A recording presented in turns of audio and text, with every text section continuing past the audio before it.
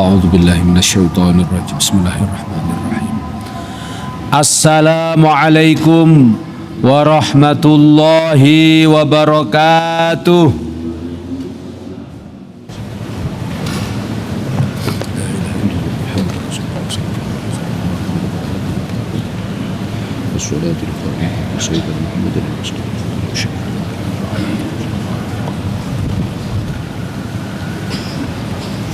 Bismillahirrahmanirrahim. Alhamdulillahi Rabbil Alamin. Alhamdulillahilladzi faddalana bit-ta'ati wal ibadah wa karramana bil istiqamah wa syarrafana bima'rifatillahi wa rasulih. Ashhadu an la ilaha illallah wa ashhadu anna Muhammadan abduhu wa rasuluh. Allahumma salli wa sallim wa karrim wa azzim wa majid ala sayyidina Muhammadin sallallahu alaihi wa ala alihi wa sahbihi wa barik wa sallim ajma'in. Amma ba'du faya ibadallah فيا أيها المسلمون أوصيكم ونفسي بتقوى الله وقد فاز المتقون. اتقوا الله حق التقوى اتقوا الله لعلنا ولعلكم ترحمون. اتقوا الله لعلنا ولعلكم من أهل الجنة مع الآباء والأمهات والإخوان بغير حساب. قال الله تعالى في القرآن العظيم أعوذ بالله من الشيطان الرجيم يا أيها الذين آمنوا اتقوا الله حق تقاته ولا تموتن إلا وأنتم مسلمون. صدق الله العظيم وصدق رسوله النبي الكريم ونحن على ذلك من الشاهدين والشاكرين والحمد لله رب العالمين. Ma'asyiral muslimin wa zumratal mu'minin rahimakumullah. Saudaraku kaum muslimin sidang Jumat yang dirahmati Allah. Alhamdulillahi rabbil alamin. Segala puji dan syukur marilah kita haturkan kepada Allah Subhanahu wa taala, Tuhan yang begitu maha pemurah, memberikan berbagai macam anugerah dan kenikmatannya kepada kita, sehingga pada siang hari ini, di hari Jumat yang mulia ini, kita diperkenankan untuk melangkahkan kaki melaksanakan sholat Jumat di masjid yang kita cintai ini dalam keadaan sehat walafiat. Semoga seluruh rangkaian ibadah pada hari Jumat ini, sejak kita meninggalkan kantor kita masing-masing, sejak kita meninggalkan rumah kita masing-masing, melangkahkan kaki menuju masjid As-Shifa, masjid yang kita cintai bersama, dicatat setiap langkahnya menjadi kebaikan, dicatat langkah berikutnya sebagai penebus salah dan dosa, dan dicatat setiap langkah demi langkah yang kita ayunkan menuju tempat ini sebagai cara Allah mengangkat derajat kita di dunia maupun di akhirat kelak. Amin ya rabbal alamin. Semoga apa yang kita laksanakan, rangkaian ibadah kita di hari Jumat ini, mulai mengambil air wudhu hingga kita melaksanakan sholat tahiyatul masjid, kemudian kita akhiri dengan sholat Jumat nantinya setelah mendengarkan khutbah, semua detik demi detik yang kita jalani kelak menjadi saksi di hadapan Allah bahwa kita semua adalah hamba-hamba Allah yang menjalankan perintahnya dan menjauhi larangannya. Sebab tidaklah orang yang menjalankan ibadah kepada Allah semata-mata mengharap ridho Allah Subhanahu wa taala, maka Allah akan mencatatkan orang itu kelak menjadi calon penghuni surganya Allah Subhanahu wa taala. Semoga wudhu kita yang kita sempurnakan mulai dari membasuh tangan hingga kita awali membasuh wajah sampai membasuh kaki, setiap tetesan air wudhu kita kelak akan menjadi penghapus salah dan dosa kita. Sebab Rasulullah sallallahu alaihi wasallam bersabda, Tidaklah orang yang berwudu lalu menyempurnakan wudunya, maka setiap tetesan dari air wudunya nanti akan menghapuskan berbagai macam salah dan dosa dan akan menghadirkan doa dari para malaikat. Lebih-lebih saat kita berwudu dengan sempurna lalu kita akhiri dengan doa asyhadu an la ilaha illallah wa asyhadu anna muhammadan abduhu wa rasuluh. Allahumma ja'alna minat tawabina wa ja'alna minal mutatahhirina wa ja'alna min ibadikas salihin. Insya Allah dengan doa itu kita akan dicatat oleh Allah sebagai orang-orang yang diterima taubatnya oleh Allah, karena kita selalu bertobat setelah melakukan salah dan dosa. Lalu kemudian kita akan dibersihkan dari berbagai macam salah dan dosa serta kekhilafan karena kita memohon pada Allah minal mutatahhirin. Dan semoga akhirnya kita dijadikan oleh Allah sampai akhir hayat kita menjadi min ibadikas salihin, hamba-hamba Allah yang soleh. Yang akhir kalimat yang keluar dari lisan kita saat kita menghadap kepada Allah Subhanahu wa taala, Allah tolong kita, Allah beri aunah kita, Allah berikan hadiah kepada kita kalimat la ilaha illallah Muhammadur Rasulullah sallallahu alaihi wasallam. Amin ya rabbal alamin. Hadirin sidang Jumat yang dirahmati Allah. Tema kita hari ini adalah menjadikan syukur sebagai fondasi kita hidup sukses, hidup bahagia di dunia dan di akhirat. Kemarin saya membaca sebuah berita, ada orang umur 36 tahun, hidupnya sangat sehat, makannya sangat teratur, olahraganya tidak pernah berhenti, kemudian pekerjaannya juga nyaman, duitnya banyak. Tapi inna lillahi wa inna ilaihi raji'un. Secara logika, apalagi dilihat dalam perspektif kesehatan, harusnya orang ini umurnya kira-kira 70 hingga 80 tahun karena hidupnya tertib, gajinya besar, uangnya banyak, kemudian hidupnya diatur, cara makannya sehat, dan yang paling penting olahraganya tidak pernah ditinggalkan. Logikanya panjang umur. Tapi apalah daya, urusan nyawa adalah urusan Allah. Yas'alunaka 'anir ruh Kulir roh min amri rabbi. Kulir roh min amri rabbi itu artinya bahkan diri kita, dokter sekalipun, dokter spesialis sekalipun tidak memiliki dirinya sendiri. Kita semua ini adalah milik Allah Subhanahu wa taala. Maka Allah memberikan tips, kalau engkau ingin bahagia, sehat fid dunya wal akhirah, bahagia di dunia dan akhirat, maka perbanyaklah bersyukur. Sebab dengan bersyukur Allah janjikan dalam Al-Quran, la in syakartum la azidannakum wa la in kafartum inna azabi lasyadid. Kalau kau pandai bersyukur, aku tambahkan nikmat demi nikmat yang lain yang lebih besar dan lebih banyak. Sebaliknya, walaupun duitnya banyak, walaupun jabatannya tinggi, tapi kalau tidak pandai bersyukur, bukan kenikmatan yang diperoleh. Jangankan merasakan nikmat di dunia, apalagi di akhirat kelak. Di dunia ini saja mereka terus merasa kurang. Mereka terus merasa ada yang tidak sempurna, sehingga mereka tidak menikmati apa yang ada di tangannya, apa yang sudah diraihnya. Dia akan terus berpikir mencari dan mencari apa yang ada di luar sana. Inilah orang yang tidak pandai bersyukur. Janji Allah, yang tidak pandai bersyukur tidak hanya dicabut nikmatnya itu, tetapi Allah akan kirimkan azab yang sangat pedih. Na'udzubillahi min dzalik. Kembali kepada cerita tadi, apa yang dilakukan oleh orang, anak muda yang masih 36 tahun yang hidupnya tertib, olahraganya tertib, makannya teratur, uangnya banyak, gajinya besar. Kenapa dia meninggal dunia? Karena dia tidak menjaga stabilitas emosionalnya, tidak menjaga stabilitas rohaniyahnya, tidak menjaga stabilitas dari spiritualnya. Dalam kisah yang saya baca itu, pekerjaannya memang dia luar biasa sebagai seorang arsitek, gajinya besar, kantornya juga megah.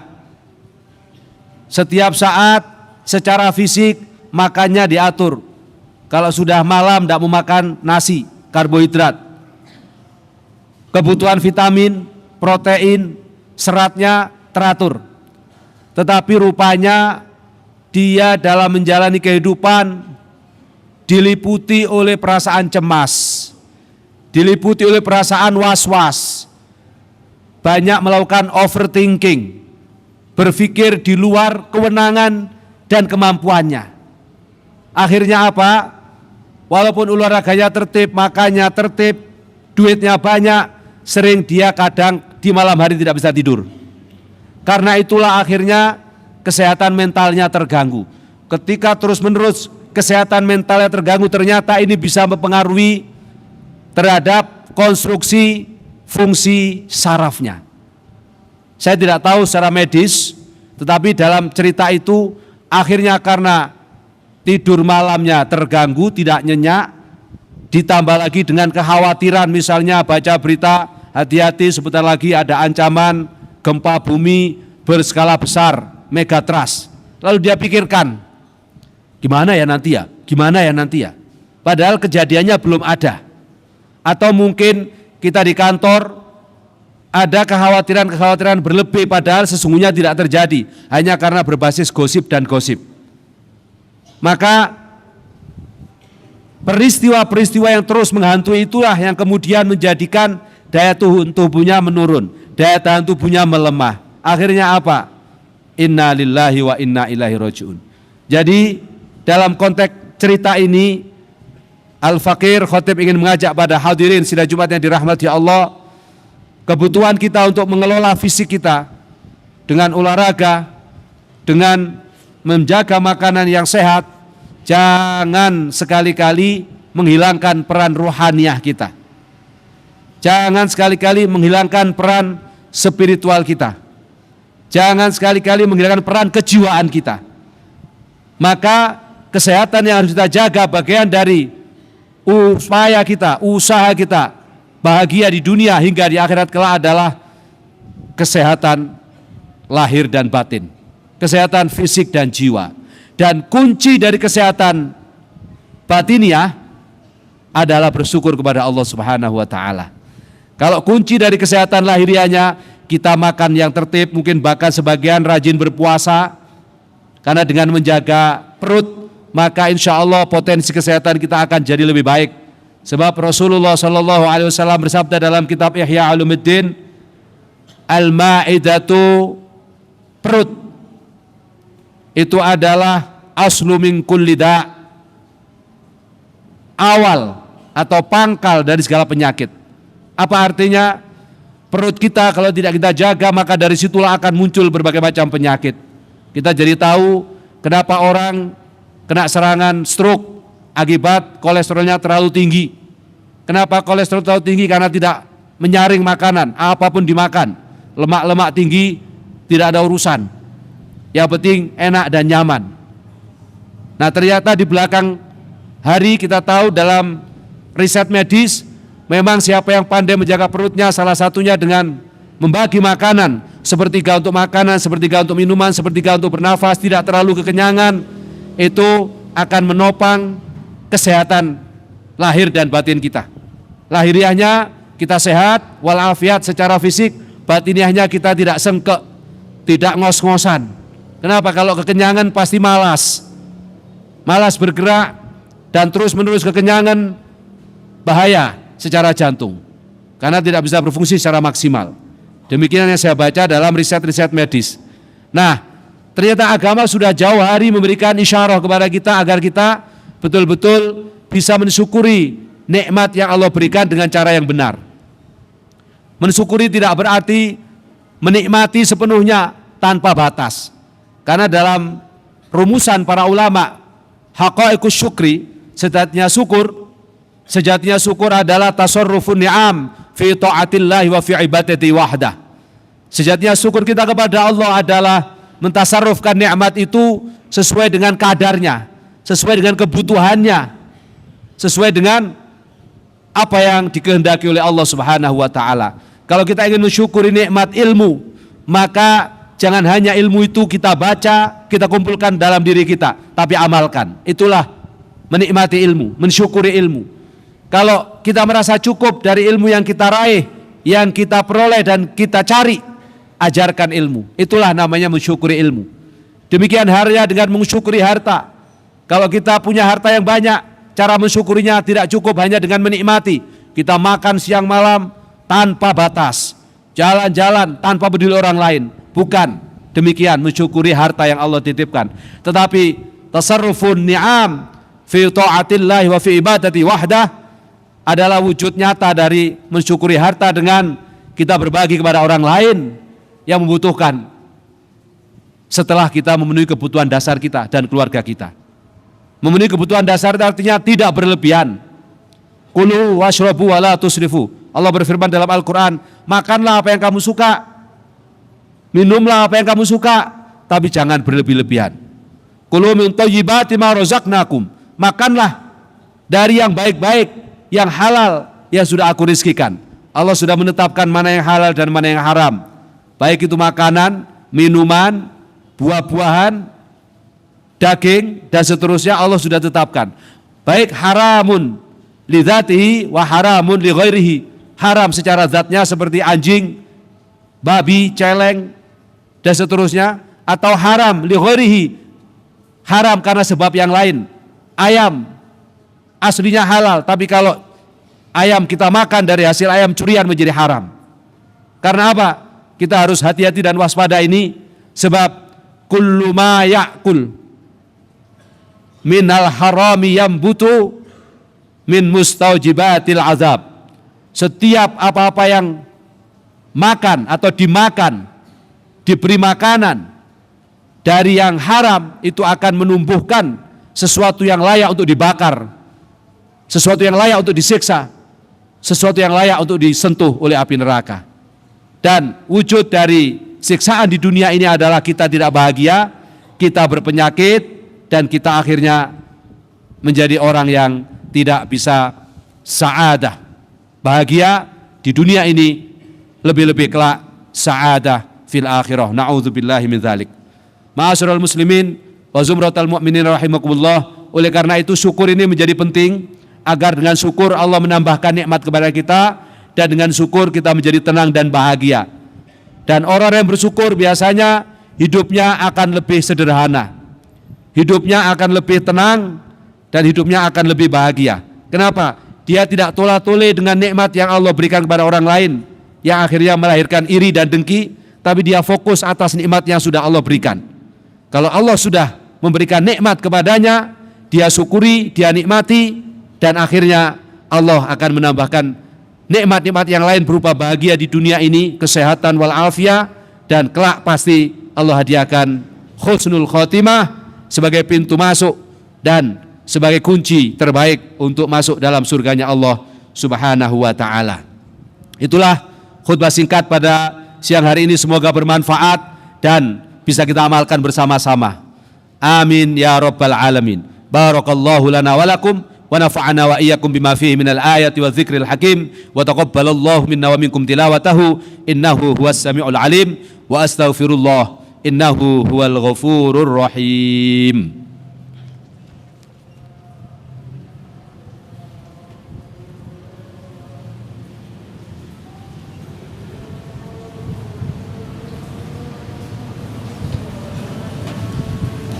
Alhamdulillahi rabbil alamin wa bihi nasta'inu ala umurid dunya waddin. Allahumma salli wa sallim wa barik ala sayyidina Muhammadin wa ala alihi wa sahbihi ajma'in. Asyhadu an la ilaha illallah wa asyhadu anna Muhammadan abduhu wa rasuluh la nabiyya ba'dah. Amma ba'du fa ya ibadallah usikum wa nafsi bi taqwallah wa qad fazal muttaqun. Ittaqullaha haqqa tuqatih wa la tamutunna illa wa antum muslimun. Ittaqullaha la'alana wa la'alakum min ahlil jannah ma'al aba'i wa ummahat wal ikhwan bighairi hisab. Qala Allah Ta'ala fil Qur'anil azim, a'udzu billahi minasy syaithanir rajim. Bismillahirrahmanirrahim. Innallaha wa malaikatahu yusalluna 'alan nabi ya ayyuhalladzina amanu shallu 'alaihi wa sallimu taslima. Allahumma salli wa sallim wa barik ala sayyidina Muhammad wa ala alihi wa sahbihi ajma'in. Wa 'alaina ma'ahum ma'as sahabatil jalil wal khulafa'ir rasyidin Abi Bakrin wa Umar wa Utsman wa Ali wa an baqiyatis sahabati ajma'in wa tabi'in wa tabi'it tabi'in wa man tabi'ahum bi ihsanin ila yaumiddin wa anna ma'ahum bi rahmatika ya arhamar rahimin. Allahumma ighfir lil muslimin wal muslimat wal mu'minin wal mu'minat al ahya'i minhum wal amwat إنك سميع قريب مجيب الدعوات يا قاضي الحاجات اللهم أعز الإسلام والمسلمين وأهلك الكفرة والظالمين وأعلي كلماتك إلى يوم الدين اللهم انصرنا وانصر المسلمين وانصرنا وانصر المجاهدين في فلسطين وفي أي مكان من بلاد المسلمين برحمتك يا أرحم الراحمين اللهم سلمنا وسلم بلادنا أندونيسيا وسلم أهلنا وأولادنا وذريتنا وتلاميذنا وأزواجنا وآبائنا وأمهاتنا وأخينا وأختنا وإخواننا وأموالنا ومعاهدنا ومن حقنا علينا وجميع المسلمين والمسلمات أجمعين برحمتك يا أرحم الراحمين ربنا ظلمنا أنفسنا وإن لم تغفر لنا وترحمنا لنكونن من الخاسرين ربنا آتنا في الدنيا حسنة وفي الآخرة حسنة وقنا عذاب النار وأدخلنا الجنة مع الأبرار يا عزيز يا غفار يا رب العالمين وصلى الله على سيدنا محمد وعلى آله وصحبه وبارك وسلم والحمد لله رب العالمين عباد الله إن الله يأمركم بالعدل والإحسان وإيتاء ذي القربى وينهى عن الفحشاء والمنكر والبغي يعظكم لعلكم تذكرون فاذكروا الله العظيم يذكركم واسألوه من فضله يؤتيكم واشكروا على نعمه يزدكم ولذكر الله أكبر وأجل أقيم الصلاة